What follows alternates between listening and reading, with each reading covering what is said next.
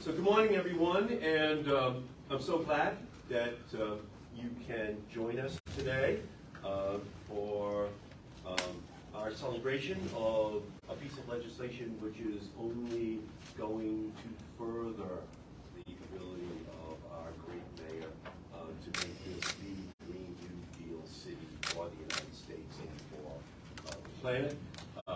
We were able to pass the Inflation Reduction Act of 2022 through the Senate last evening. Now it's on a pathway to the House and then to the President of the United States for his signature. I'm joined here today by our Green New Deal Mayor, Michelle Rue, by Clean Energy Champion, Joe Curtatone, President of the Northeast Clean Energy Council, Massachusetts Environmental Warrior, Cowell Ames, and our partner in environmental justice, Roseanne Bongiovanni, Executive Director, Green Roots Chelsea, and our climate and environmental justice advocates know this hard-fought victory is decades in the making. 12 years ago, I watched my landmark legislation that I was able to get through the House of Representatives die in the Senate without a vote. In the intervening decade, we've suffered the consequences of climate action. Weather that used to be extreme is now the new normal, and that normal is deadly. But today, powered by a movement that never once wavered in the struggle for a livable future, we have a fighting chance at combating this crisis. This weekend, my Democratic colleagues and I joined together in passing a bill that makes historic investments in climate justice and delivers the resources we need to get started. And it was my honor to be partnering with Elizabeth Warren throughout this fight to make sure that Massachusetts, in our perspective, to be the cutting edge state and showing that this can be done, guaranteed that we would get the vote and have it pass on the floor of the United States Senate. And it is my honor to partner with her in this fight. And critically, this legislation passes the baseline climate test of reducing greenhouse gas emissions, creating millions of new good-paying union clean energy jobs, and beginning the long overdue process of investing in justice for frontline communities. So this bill reduces greenhouse gases by 40%. It spends $60 billion on environmental justice issues targeting Black, brown, immigrant, and indigenous communities who have long borne a disproportionate burden of the harm in our country. And according to UMass Amherst study just last week, it will create 9 million new jobs, clean energy jobs in our country. Reduction in greenhouse gases by 40%, $60 billion to environmental justice communities, and 9 million new jobs created, all in one bill. And on top of that, there is also a dramatic reduction in the cost of prescription drugs for seniors in our country, and funding for individuals who otherwise would have seen an average of $800 increase in their insurance premiums for health care in our country, all in the same bill. So this is an historic piece of legislation. It is the funding we need for the health of the planet and the funding we need for the health of families in our country to pay their health care bills. And so for me, this is an incredible moment. We are going to ultimately say to the American people, there's no reason why you have to pay $4 or $5 a gallon for gasoline, when you can have an all-electric vehicle that averages 75 cents for your payment for your all-electric vehicle to be able to move you anywhere you want in our state or in our country. And we put in, for the first time, a $4,000 tax break for used electric vehicles, so that we lower the income level ultimately for those who can afford it, because most people buy used cars in our country, not brand new cars. And by having a tax break for used EVs, we're going to see a penetration in the lower income groups in our country much more rapidly than we would have otherwise. We're also putting in tax breaks for energy-saving appliances in people's homes. We're going to incentivize weatherization across our country. And finally, it's going to make sure that we make things in America again. We create the incentives to ensure that there is domestic manufacture of electric vehicles, of solar panels, of wind turbines here in the United States of America. We have to break these supply chains from China and other parts of the world that are more dangerous in terms of a guarantee that they're going to be available to American workers and American consumers. And so for the first time, we are able to build that in. And one of my provisions is $10 billion, which I was able to secure for the domestic manufacture of offshore wind turbine technologies here in the United States, so that they will not be imported. And another provision which I was able to add was a $30 billion climate bank. And that climate bank is going to be making available to individuals, to cities and towns across the country, the ability to be able to get super low interest loans in order to take on climate-related projects in their own communities. McKinsey, the consulting firm, says that it will unleash $7 to $10 of private sector investment for every single dollar that the federal government puts in. So that's 30 billion times 10. So upwards of $300 billion of additional investment because of the leveraging that it makes possible. And it can be for housing, public housing units. It can be for a smaller business that wants the funding they need. It can be for a community that wants to deploy an array of solar in their community to remediate otherwise unsolvable local environmental issues. So all of this combined makes it one of the most important pieces of legislation to ever be considered by the United States Congress. We have a lot more work to do to complete a Green New Deal. But this is an excellent start.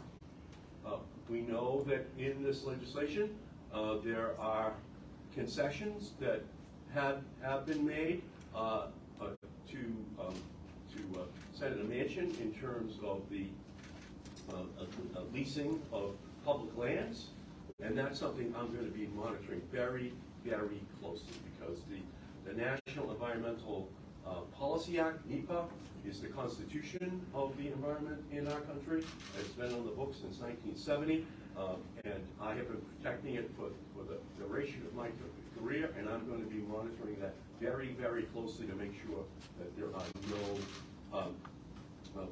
no decisions which are made that undermine the protections of which our country absolutely needs.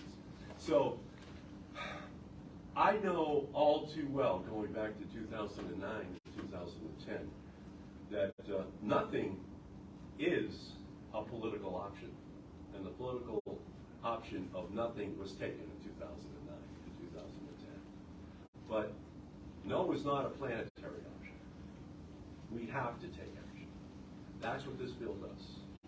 It says to the rest of the world that the United States is back, that we will be a leader, that we are not going to be sitting on the sidelines any longer, and that we have to reduce dramatically the greenhouse gases that go up into the atmosphere to avoid the worst consequences of the storms, of the floods that we see every single night leading the news here in Massachusetts and across our country. And we have to be the leader. So that is why I'm so happy today and to be here with national leaders on this issue, and none more than our great mayor of the city of Boston, the great Michelle.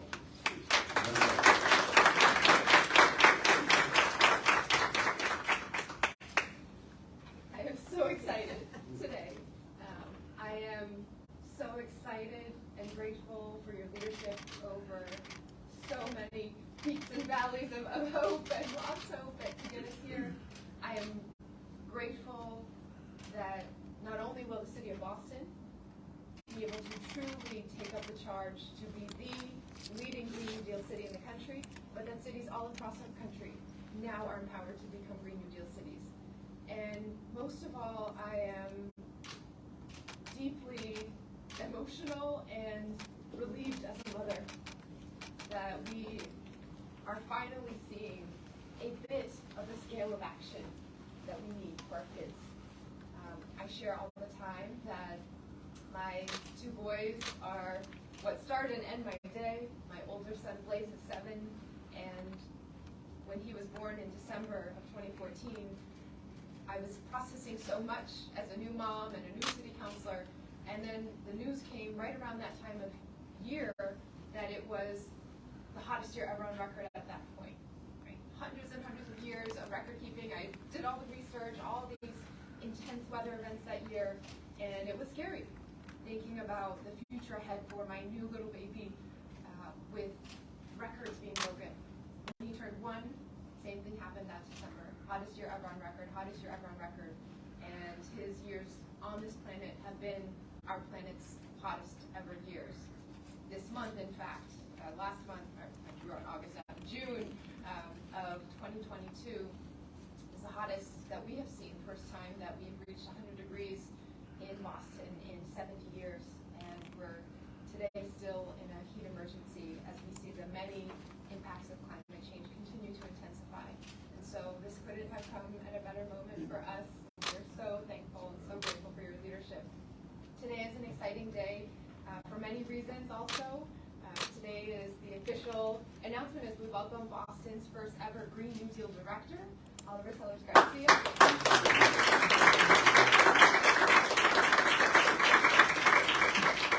Oliver officially starts in September 6th, so we were saying beforehand that now we have to top his first day with even bigger news than Senator.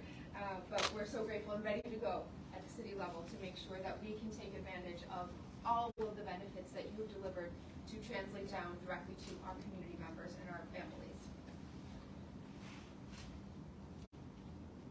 I want to recognize that this moment also is a victory that the Senator has championed on behalf of and alongside so many activists and community leaders who have been pushing us all along for decades. And some of them you'll hear from soon, others are represented in this room. This is decades in the making and would not have happened without the drumbeat and the hope, faith, and relentless advocacy from our community organizations and activists. So keep it up, and we're so excited. Thank you especially to our environmental justice organizations, young people who have been organizing all across the country to make sure that we move with urgency in this moment. This legislation centers our environmental justice communities by making crucial investments in EJ mapping, community air quality monitoring, addressing urban heat islands, as well as improvements to the walkability, safety, transit, accessibility of our streets and neighborhoods, and making climate benefits more affordable and accessible to all. In Boston, we've been proud to try to do our part, awaiting, praying for this big news. We are requiring large building owners across the city to reduce their emissions. We've divested city funds from harmful industries, including fossil fuels, private prisons, and tobacco. And we're implementing a Green New Deal for Boston's public schools as well, upgrading our facilities, reducing municipal building emissions, and creating a healthier, more nurturing learning environment for all of our students. We know this work couldn't wait, and today we are so thrilled that we're not doing it alone. This is the type of investment at the scale that we need, and it's a historic day. Boston will seize all of the opportunities that this presents, from funding electrification of vehicles in fleets throughout our city, and encouraging and helping to break down the barriers for all of our residents to tap into green energy, grabbing those tax credits for energy efficient buildings, and plugging our families, our hardworking residents into some of the we're going to get more than our fair share of those 9 million jobs in Boston and the greater Boston area. It sets us up to serve as a model for the rest of the world in being bold and imaginative with the actions that we can take to protect our planet. And so I'm so thrilled to be celebrating this remarkable victory for our communities and for our planet, and excited to demonstrate just how much we can accomplish when we do so together with urgency. Un poco en español también, para los residentes y familias. Gracias, Senator Markey. Este mes de junio, la temperatura media de Boston fue más de 6 grados superior a la normal, convirtiéndose en el junio más caluroso registrado, y la última vez que vimos temperaturas de 100 grados en junio fue hace 70 años. Es apropiado que hoy, después de haber prolongado nuestra emergencia de calor una vez más, estemos aquí para celebrar la aprobación de una legislación histórica sobre el clima. Legislación defendida por los líderes demócratas unidos a nivel federal, en particular por el senador Markey, que lleva más de una década luchando por una acción federal contra el cambio climático. También quiero reconocer a los increíbles activistas de la justicia ambiental que se han mantenido firmes en la exigencia de un cambio para un planeta habitable. Los jóvenes que, tras décadas de organización en ciudades, estados y países de todo el mundo, han hecho posible esta victoria. El voto de ayer se ha forjado durante décadas y dará forma a nuestro mundo durante las próximas décadas. Esta legislación se centra en nuestras comunidades de justicia ambiental, haciendo inversiones cruciales en control de la calidad de aire de la comunidad, tratamiento de calor urbano, así como mejoras en transporte público, la seguridad y la accesibilidad de nuestras calles y comunidades. Mucho antes de que se aprobara esta ley, nosotros en Massachusetts y aquí en Boston nos hemos comprometido a demostrar lo mucho que es posible cuando nos unimos para dar prioridad a la salud de nuestro planeta. Hemos estado tomando acción. Estamos exigiendo a los propietarios de grandes edificios de toda la ciudad que reduzcan sus emisiones. Estamos desinvirtiendo los fondos de la ciudad de industrias perjudiciales como los combustibles fósiles, las prisiones y el tabaco. Estamos aplicando un Green New Deal para las escuelas públicas de Boston a través de la mejora de nuestros edificios escolares, la reducción de las emisiones de los edificios municipales y la creación de un entorno de aprendizaje más saludable y enriquecedor para nuestros alumnos. Sabemos que esta labor no puede esperar. Y también hoy estamos muy agradecidas por el liderazgo de nuestro director nuevo del Boston Green New Deal, Alberto García. Y gracias otra vez. Pues agradecida a todos, de saber que no lo hacemos solos y de ver el tipo de inversión a la escala que exige esta crisis. Gracias. Thank you, Madam Mayor. And next, again, Joe Curtatone, somebody who transformed the city of Somerville and is now the president, thank goodness, of the Northeast Clean Energy Council. Welcome, Mr. Mayor. Thank you. Thank you, Senator. Well, good morning. I can't tell you what an honor it is to stand here alongside such incredible leaders and champions. Senator Markey, to Mayor Wu, Roseanne Bongiovanni, Eva Leames. But also, first, that's how proud I am and commend Boston for the hiring of Oliver Sellers Garcia. Has a summable flavor to him, and we worked together for several years. But let me just say this, because it is important that we're here in Boston, and leaders like Mayor Wu are leading the narrative, because that cities is where it's going to happen. There's a quote from the book Metropolitan Revolution that cities lead, nations follow. And Oliver, I don't have to tell you this, Mayor Wu, you have someone who leads with values, who understands it takes a whole of society approach to meet our climate action goals, to lead with diversity, equity, inclusion, and justice, and to align all the components and expertise in the ecosystem to achieve our goals. But I come here today representing a clean energy and climate economy organization with more than 300 members in the Northeast Clean Energy Council. And I cannot heap enough praise on Senator Ed Markey for his years of relentless and sustained effort to deliver this historic bill. It touches, as has been mentioned, on everything from offshore wind to solar power, to energy storage, to modernizing the grid, to electric vehicles and electric vehicle infrastructure, to clean buildings, to public transit, to all manner of decarbonization. I mean, the entire array of technologies that can help deliver this planet from a climate catastrophe are in this bill. Now, we all know the enormity of the task that is climate response. It is this century's moonshot. I mean, whether our societal existence has been such an important part of the climate action, but also inextricably tied to business development and economic opportunity. It's right there for the taking. And what I'm here to say today is that the Inflation Reduction Act, that it's called, is the fuel that will propel what we need to get us there. Groups like the Northeast Clean Energy Council have spent years trying to educate policymakers and the public that we have the technology to pull our climate out of this nosedive. In fact, we've already developed technology that will reduce greenhouse gas emissions by 60% over the next decade if we can bring them to implementation. We can produce clean energy. We can move around and manufacture the goods we use in modern life in a sustainable way. Yet we have been fighting as a society, an established and deeply entrenched old guard that has done everything it can to delay this necessary transition to clean energy.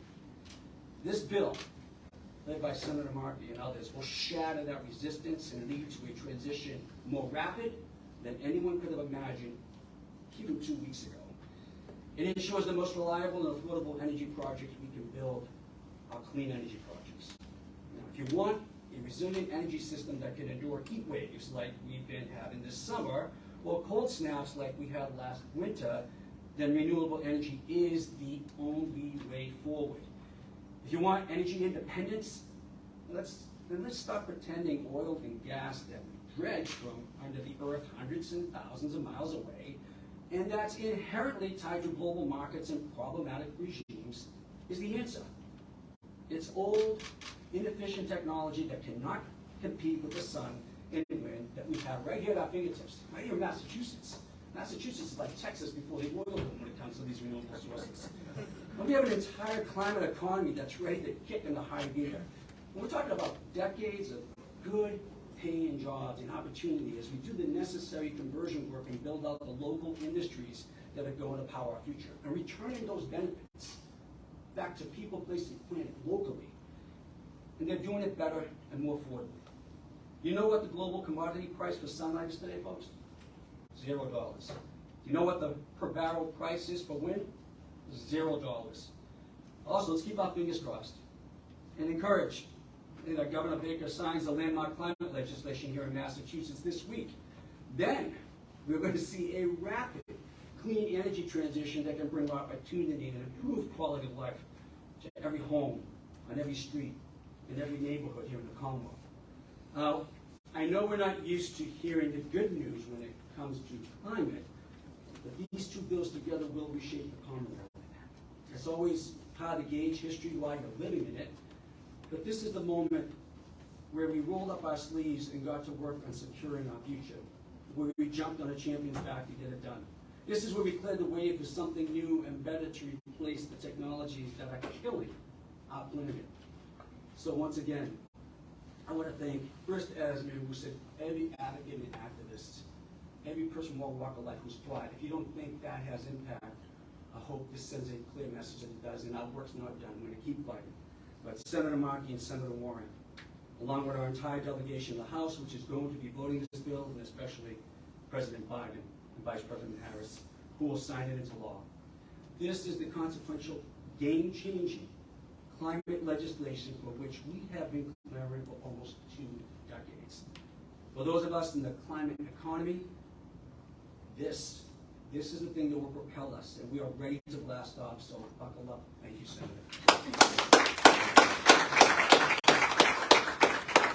And next, Roseanne Bongiovanni from Green Roots Chelsea. Thank you. Senator, you brought so much money back from Washington that you're literally dropping it out of your pockets. We are so grateful. Good morning. Thank you, Senator Markey, for the invitation to join you today on this momentous occasion. And thank you for your leadership and lifetime commitment to climate and environmental justice that has helped to achieve this historic moment. My name is Roseanne Bongiovanni, and I'm the Executive Director of Green Roots. You're a resident-led organization working to achieve environmental and climate justice and improve public health in Chelsea, East Boston, and surrounding communities. I'm joined here today by some of my fellow colleagues. Thank you again for this invitation to be with you all. For those of us who live in environmental justice communities, this bill is a matter of life and death. Our residents have been disproportionately burdened by decades of environmental racism and oppression that have left our neighborhoods polluted, unhealthy, and dangerous to live in. The daughter of immigrant working class parents, I grew up in Chelsea, not knowing that we lived in a waterfront community. Yes, Chelsea is surrounded by waterways on 3 sides. We never felt like we lived on a peninsula, but rather played in the shadows of the fossil fuel industry in the extractive economy. Massive petroleum storage tanks, tanneries, road salt piles, junkyards, power plants, and more noxious uses dominated our waterfront, and none of our adjacencies in town. Over the course of the last 3 decades, Green Roots has worked to fight back. We win. To stop dirty diesel power plants and ethanol freight trains, to remove 2,000 tons of air pollutants annually through truck electrification, to plant thousands of trees, construct parks, community gardens, and urban farms, and most importantly, to build a powerful, intergenerational, inclusive movement of low-income residents and residents of color working to reverse decades of environmental racism and oppression. Despite amazing accomplishments with our allied partners in environmental justice like ACE, Neighbor to Neighbor, Chinatown Progressive Association, low-income communities and communities of color continue to face disproportionate burdens. Our communities were the hardest hit by COVID-19, the most impacted by these severe heat waves, most likely to be lead poisoned, suffer from asthma and chronic respiratory and cardiovascular disease, and most likely to continue to be subjected to the siting of polluting industries. We have been calling for bold action, investments in our communities, and prioritizing the lives of low-income people and people of color. We have raised the alarms to the concerns of climate threats and environmental injustice. We're so grateful to you, Senator Markey, and your fellow Democratic leaders who have responded to the call for bold action, investment, and prioritizing the lives of low-income people and people of color. This bill will assist environmental justice communities in fighting the hazards of heat island and flood impacts, more equitably access energy efficiency measures, bring solar energy and wind to our communities, fight dependence on fossil fuels, and bring much-needed jobs in the climate sector to our communities. While this won't end the environmental and climate threats facing our communities, and it won't unilaterally end the harms of the extractive economy, particularly from the fossil fuel industry, it is a historic moment of investment and prioritization of environmental justice communities for major climate advances. It is the bold action and investment we need to positively impact the life or death scenarios facing our brown, black, immigrant, indigenous, and low-income communities. Thank you, Senator and Mayor Wu. Thank you for your lifetime commitment to climate change and environmental justice. I'm honored to stand here with you today. Thank you.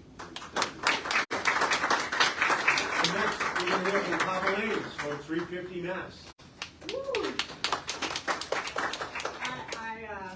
I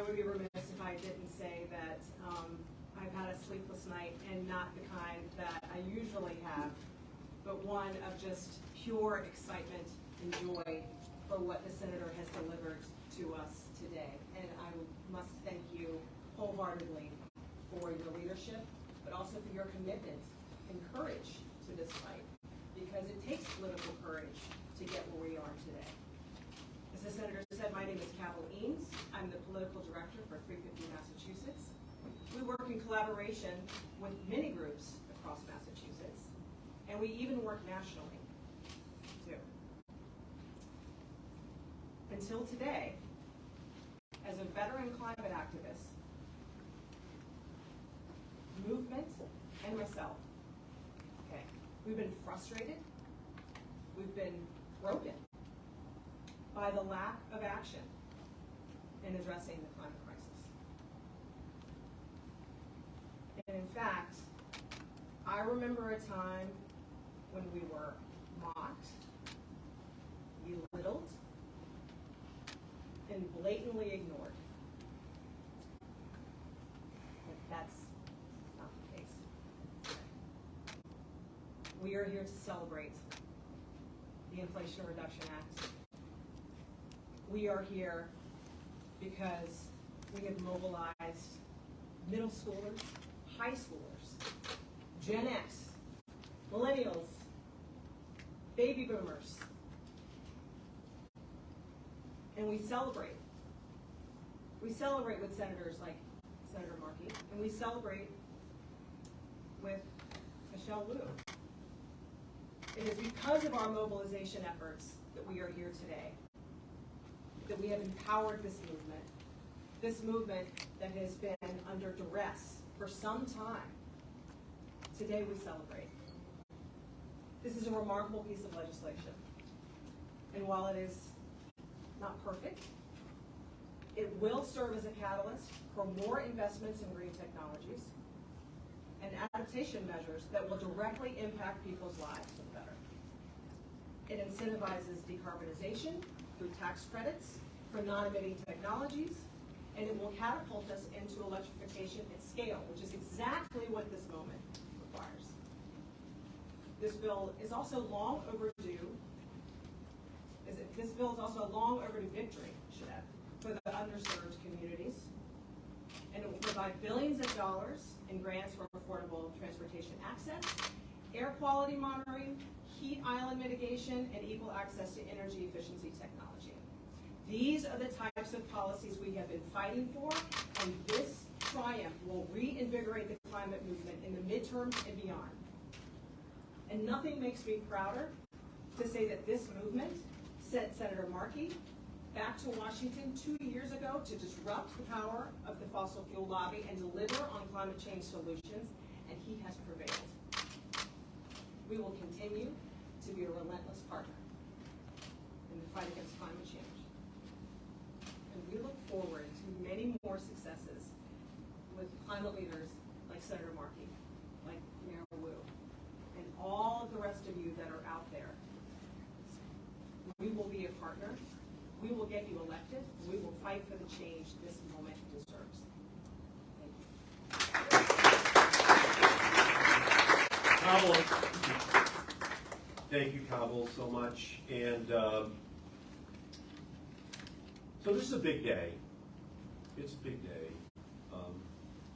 When I was a boy, the Malden River was 3 blocks from my house, and it still is. And my mother would say, Eddie, whatever you do, don't swim in the Malden River. Because the Malden River was black with a pre-Jimi Hendrix purple haze over it. From all of the factories, all of the chemical companies, all of the rubber companies using the Malden River as a dumping ground. And I lived, and still do, 3 blocks from that river, as did all of the people in the blue-collar community, because that's where these facilities are. The suburbs breathe different air than blue-collar communities. That's what this bill is all about. It is about environmental justice. It is ensuring that we, once and for all, and finally, do something about this unfair and disproportionate burden that blue-collar and poor communities have and suffering, not just here, but around the world. And we know that to be the case. In the 1990s, I was able to pass 3 bills. A bill to create the 18-inch satellite dish, a bill to move 200 megahertz over so that young entrepreneurs could maybe figure out a way of having us all disconnect our black rotary dial phones. Maybe we could have some device that was in our pocket that would have more power than the computers that put a man on the moon in 1969. And then the 1996 Telecommunications Act. And I'm very proud of that bill because on that day, President Clinton signed that bill. Not one home in America had broadband. Not one home in America had broadband. And it unleashed a revolution that moved our whole country from analog to digital, narrowband to broadband. There's no looking back. Young people embraced it. This bill is going to move us from a dirty economy to a clean economy. It's going to be the same kind of revolution that creates the same number of millions of jobs that young people are going to be able to move into, that union workers will be able to embrace and provide for their families. It won't just be a job, it'll be a career for generations to come in transforming our economy. So back in early 2019, I came to a realization. Yes, I was able to pass the Markey bill in 2009 in the House, but it died in the Senate. And that was an 80% reduction in greenhouse gases by the year 2050. And it would have unleashed this same revolution, but it died in the Senate because of the fossil fuel industry. Yale University and others did an analysis saying that the death of that bill was as a result of the largest single amount of money ever spent to defeat any bill in the history of the United States. Why is that? Because it's the wealthiest industry. It was going to be disrupted by that legislation. And so I realized that there was a problem, and it had to be solved. So Alexandria Ocasio-Cortez and I, we had lunch in the Senate dining room in the first week of December of 2018. And the two of us decided that we would create a Green New Deal. Now, staffs would work over the ensuing 8 weeks to craft a Green New Deal. And why did we do that? Because we knew that we would need a movement to create the momentum, to create a moment. And this is the moment. The moment is a response to all of that action at the grassroots in our country that did not exist in 2009 and 2010. On that day, I wore this tie as we introduced the Green New Deal. And I wore it yesterday on the floor of the United States Senate. It's a little bit more tattered now because it's gone to so many events over the last 3 years. But ultimately, it is the Green New Deal momentum that created the political pressure that said to the Congress, you must act. You must respond generationally to our cry that you no longer abandon your job to protect future generations in our country. So that's the day that we're celebrating right now. And it's been a long time coming, but what it's going to do is it's going to unleash a generational revolution that will employ people in clean energy industries to the point where the rest of the world, in the same way that they now have these devices in their pockets, they'll have access to very inexpensive wind and solar and all electric vehicles and storing battery technologies and transmission systems invented in the United States by American entrepreneurs and workers. That's what we did in the 90s. We're going to do the same thing in this century. Let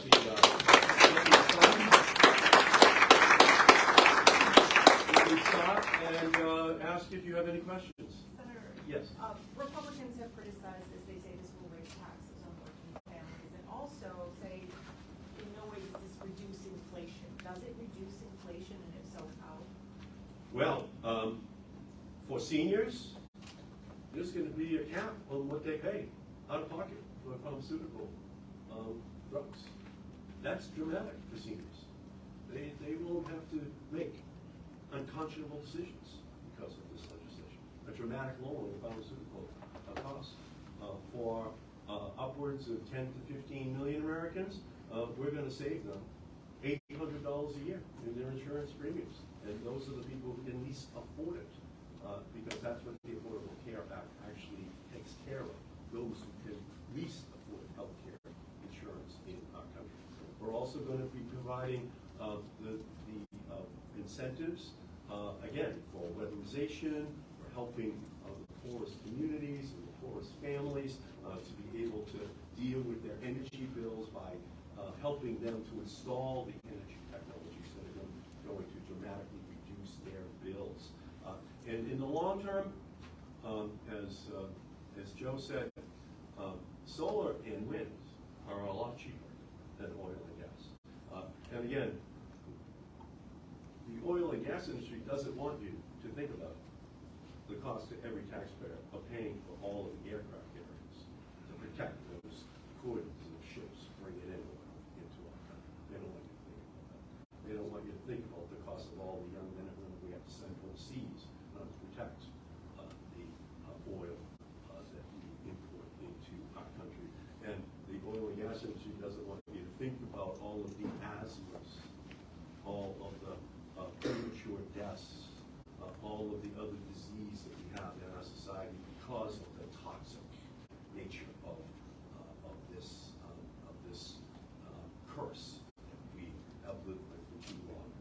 The oil and gas industry has been able to protect us. So yes, we are going to be fighting inflation, and at the core of it is, of course, a $300 billion reduction in our deficit. And from Larry Summers on, Nobel Prize winners are all saying that this is going to reduce inflation. It's by definition deflationary because we're taking money in totality out of the economy, and that has a deflationary effect on the economy. And Larry Summers, all the way down the line, they all agree that that's the case, and that's where ordinary families right now are suffering. And we're going to do something in this bill that is unprecedented in my career. We're actually reducing the deficit, and we're doing so with no Republican votes, which is why we can call it the Inflation Reduction Act. Okay? That is what it is doing, and I think the American people get it. While you envision a wonderful future, during the transition, won't taxes on the natural gas taxes, I said to increase average family gas bills 17%, crude oil taxes 16.4 cents a barrel, and doubling the coal on electricity? Doesn't that mean the folks that right now can't afford a car even at $4,000 off, aren't there basically their electricity, their gasoline, and their gas bills all going to go up? No, the beauty of this bill is that we're finally going to tax the ExxonMobil and Chevron. Believe it or not, last year, Chevron paid 2% on all of their profits. Kindergarten teachers in Massachusetts paid 18 to 20% on what they earned, and the average kindergarten teacher makes $38,000 a year. But Exxon 2%. ExxonMobil paid 3% on their revenues last year, and they are going to, and Chevron paid 2%. Well, finally, we're going to lift them up to 15%. That's what they're going to have to pay, and that will pay. That will be a big part of paying them for all of these programs that are in this bill. Finally, they're going to pay their fair share, a little bit close to their fair share of the dues that they should be paying out of the two-car society going. And on the issue of what turns out to be like 0.3 cents per gallon, you mentioned the 16 cents. 16.4 cents a barrel. Well, there's 42 gallons of gasoline per barrel. So that comes out to 3 cents per gallon. But that money is going to be used then for a fund to clean up the toxic waste that these industries leave over.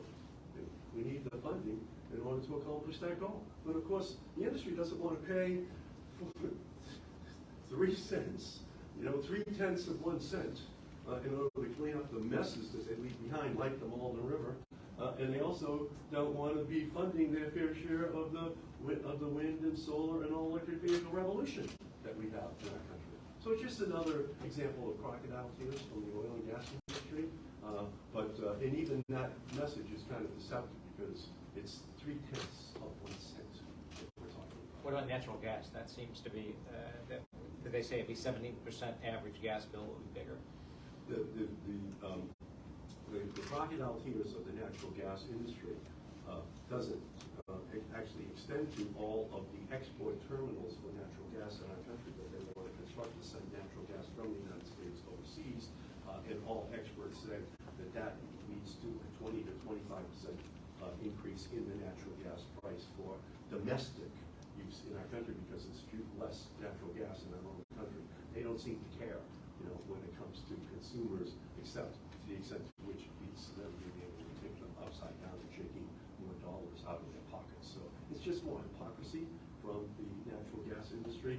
They're absolutely incorrigible, and that's why their day of reckoning is away.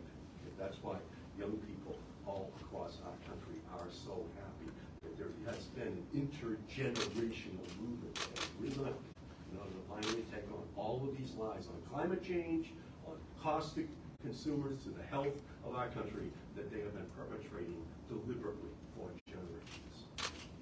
Questions?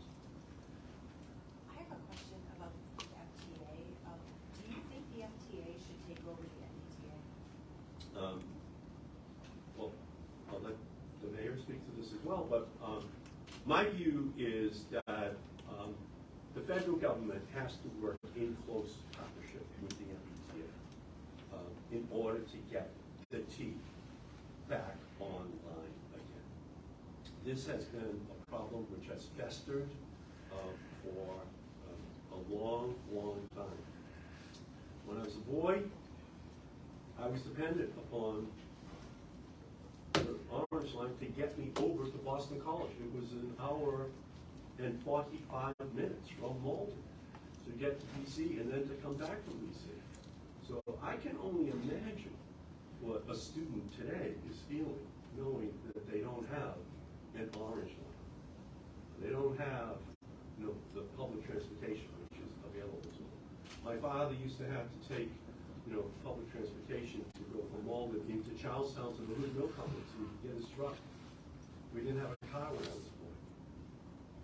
We were totally dependent on the public transportation system until we got our plan. Before that, my father needed the MTA, it was called at the time, to get to work in Charlestown. And if you don't have that, it's a pain, okay? And it's an incredible disruption of your family.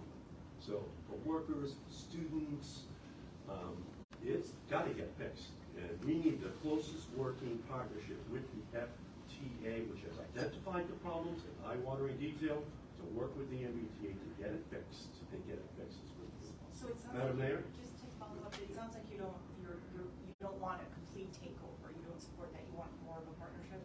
Yeah, I think we need there to be constructed a very close working relationship with the FTA, ensuring that all of their recommendations are implemented rapidly for the benefit of our working people in Boston and Greater Boston. Okay?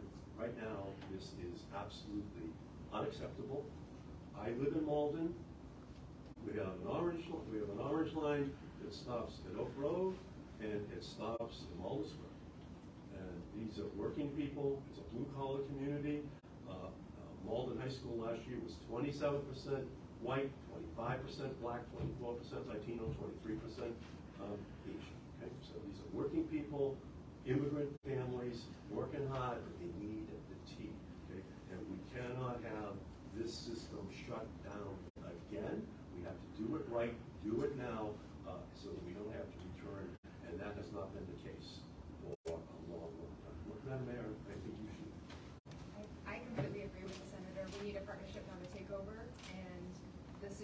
transportation is at a breaking point when riders don't know on any given day what might come up, how serious of a safety concern might emerge that day, how late they will be that day. And so it is time for sustained focus, investment, and action to tackle what we've known for many, many years has been a building problem.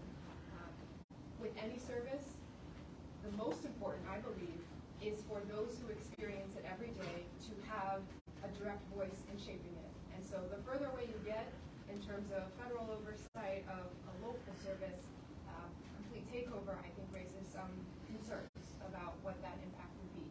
In fact, we should be going the other direction, and the city of Boston and many of our municipalities in the metro area have been fighting for direct seats on the MBTA governing board for Boston and another municipality. We came just about as close as we could come in this last budget cycle, and so it was passed by the House and Senate, slightly amended by the governor, those amendments accepted by the House, and then went to the Senate, where in the rush of many, many priorities, there was no action. And so we are still hopeful that it is just pending this final sign-off from the state Senate for the city of Boston and another municipality to have that direct voice in governance that would give voice to the many, many riders who rely on this service every single day and who have no other options. So we have to get this right, and we hope that whether it's in informal session to address other issues and legislation that the state legislature may take up, that they will continue to take this up as well. Mayor, while we have you here, could you address the climate? Yeah, the heat emergency.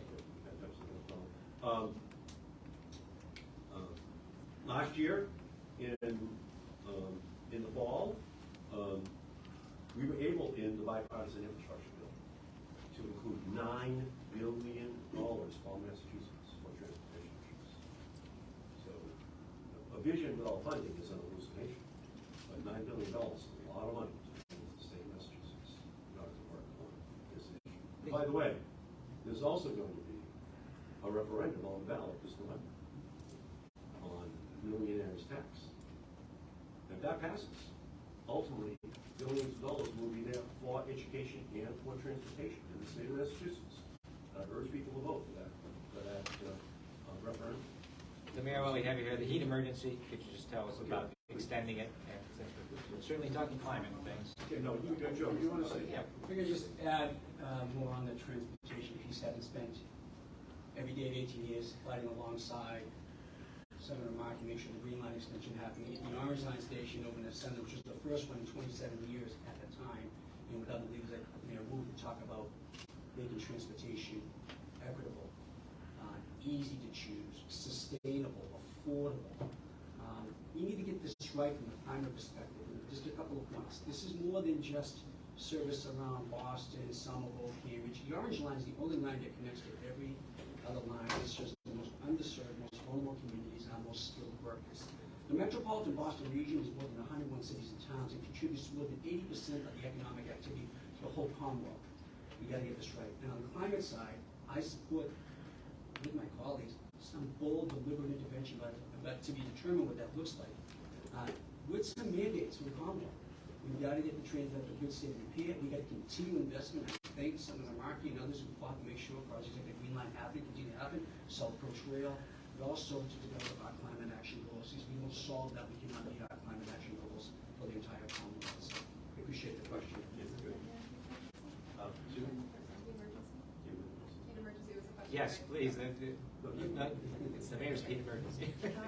Yes.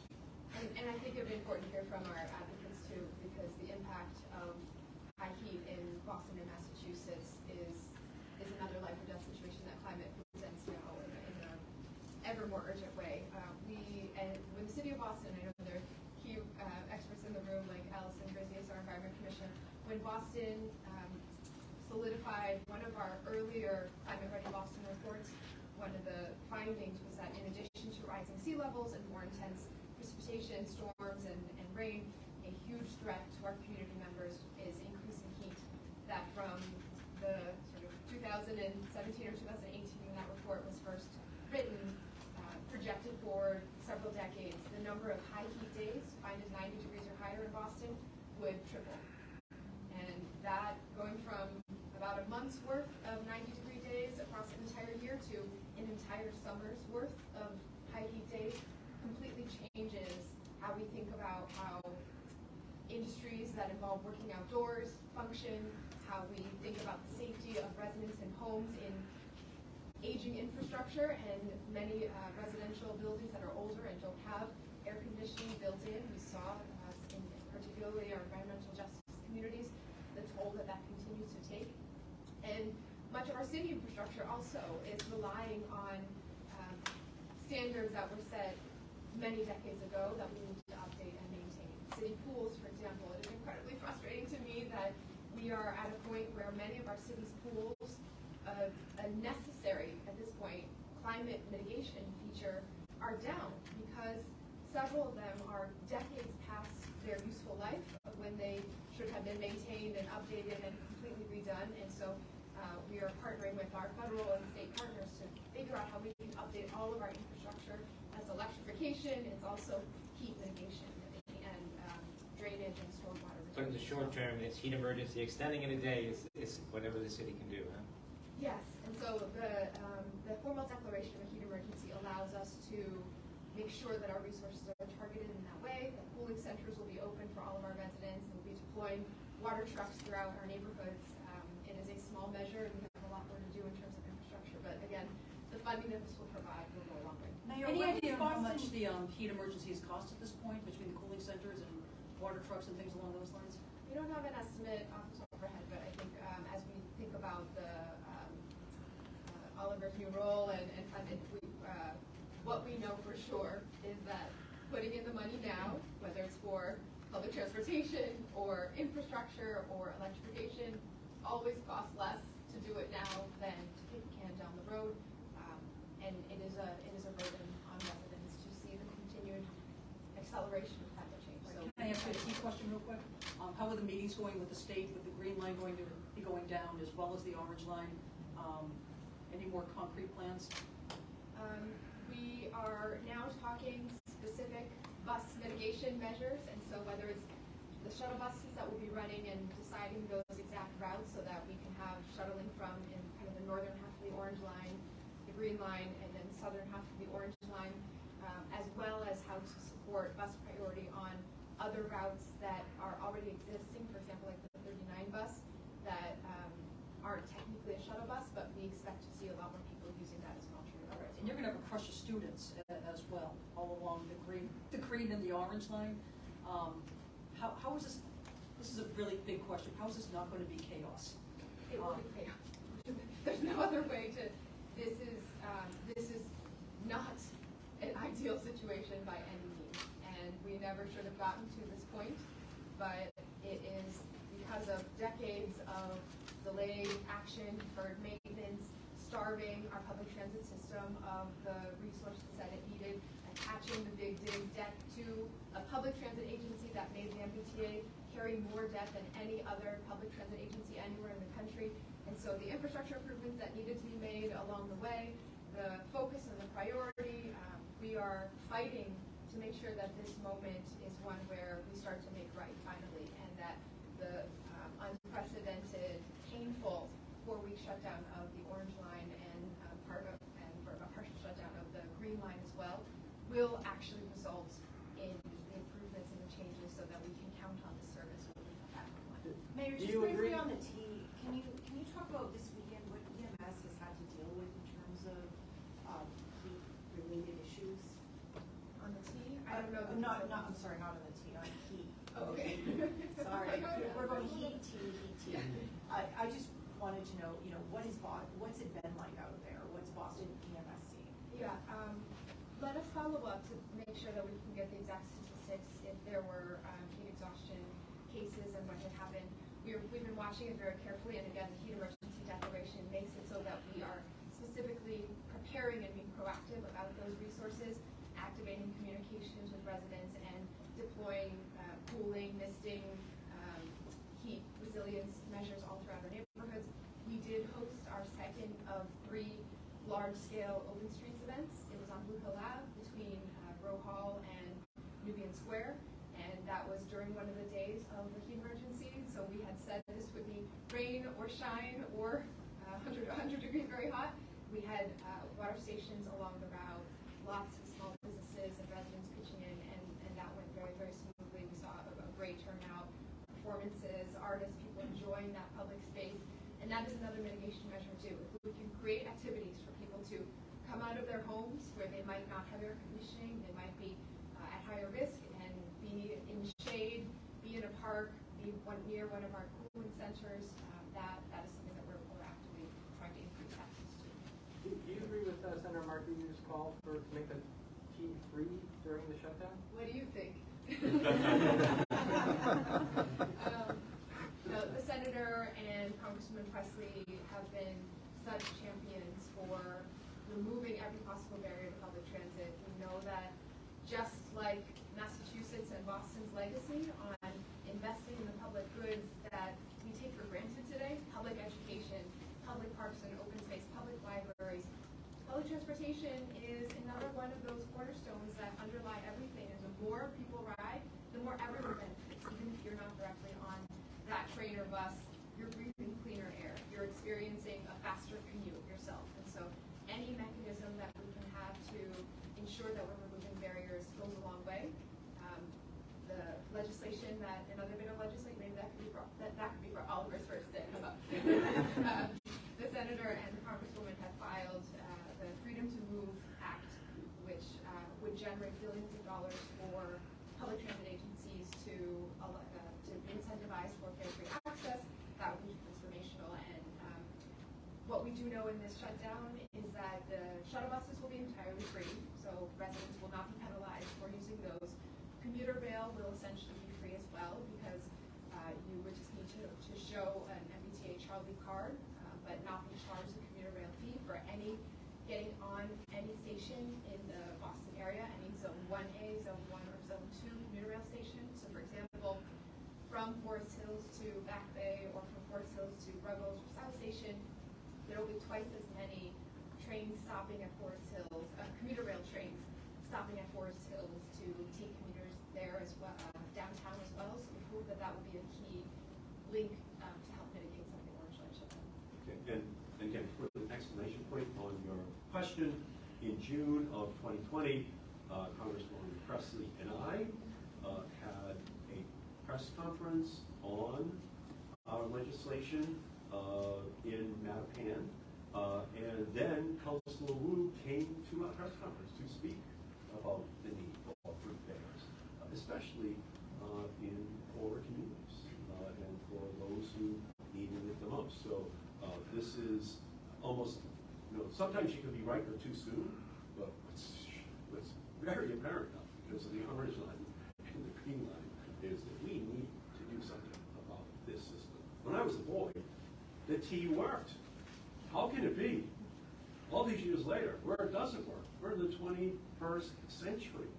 We just have to spend the money, use all our technological capabilities in order to get this fixed once and for all. Any other questions that anyone may have? Thank you all for coming here on this great day. Thank you.